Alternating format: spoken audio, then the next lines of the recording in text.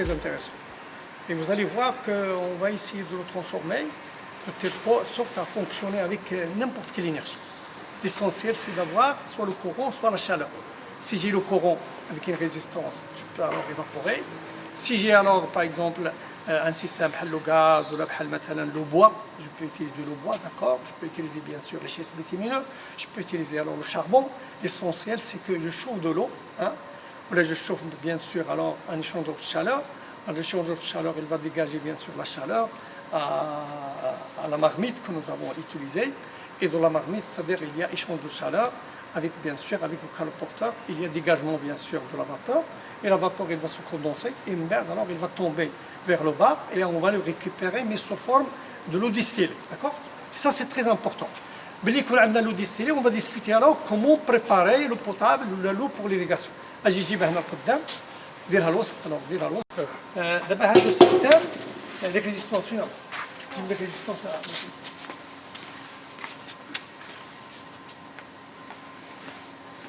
les résistances ils seront introduits à l'intérieur bien sûr alors de l'eau des résistances à 2500 watts. Donc vraiment ils dégagent de la chaleur. Hein. On peut avoir même des résistances qui dégagent jusqu'à 4000 watts sans problème et ça c'est très important. Donc là, à l'intérieur, on va mettre de l'eau de mer et on va utiliser bien sûr, là, vous regardez, là on va utiliser bien sûr un courant qui est bien sûr issu de l'énergie solaire. Et là nous avons un onduleur, l'onduleur il va convertir bien sûr l'énergie en continu en énergie bien sûr alternative et avec l'énergie dégagée par l'onduleur, on va alimenter les résistances. Et si on alimente les résistances rapidement, bien sûr avec la chaleur développée à l'intérieur d'une noix, d'accord. Donc comme ça nous avons 80, 100 les résistances, mais si on place les résistances, on peut aller facilement à 150 ou à 160. Donc l'eau, la température d'évaporation de l'eau, c'est 100 degrés. Donc ça veut dire que le système est un système dynamique parce que il dégage rapidement, c'est-à-dire l'évaporation rapide. Donc avec un grand système, donc il va y avoir beaucoup de condensation.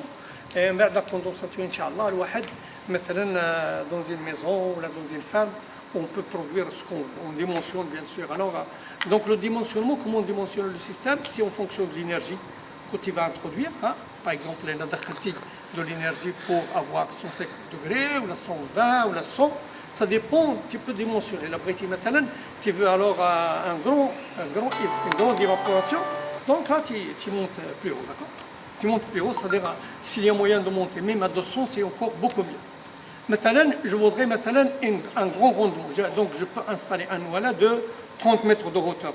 Donc les tours de concentration. Donc je peux utiliser un système comme les tours de concentration. Un autre avantage, l'idée c'est d'installer des éoliennes fortes. Maintenant, 30, je peux installer une éolienne, ils vont produire des courants. Et je vais l'injecter bien sûr dans les résistances et je vais avoir un système qu'on appelle مليحية القمع. Je ne sais pas quelle voix de le terme.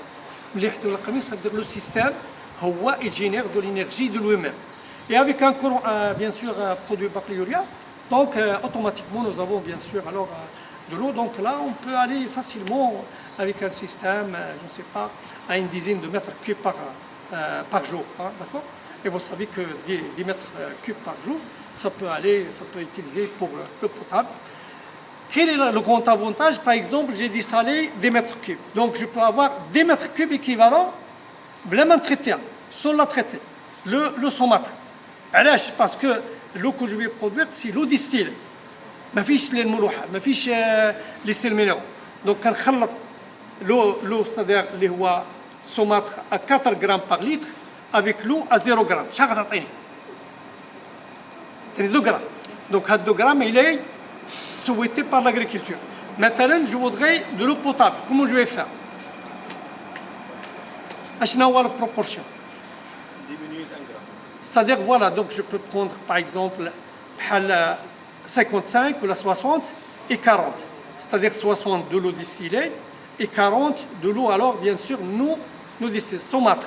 Et comme ça, je vais avoir 1,2 grammes par litre. Comme ça, alors, j'ai le potable.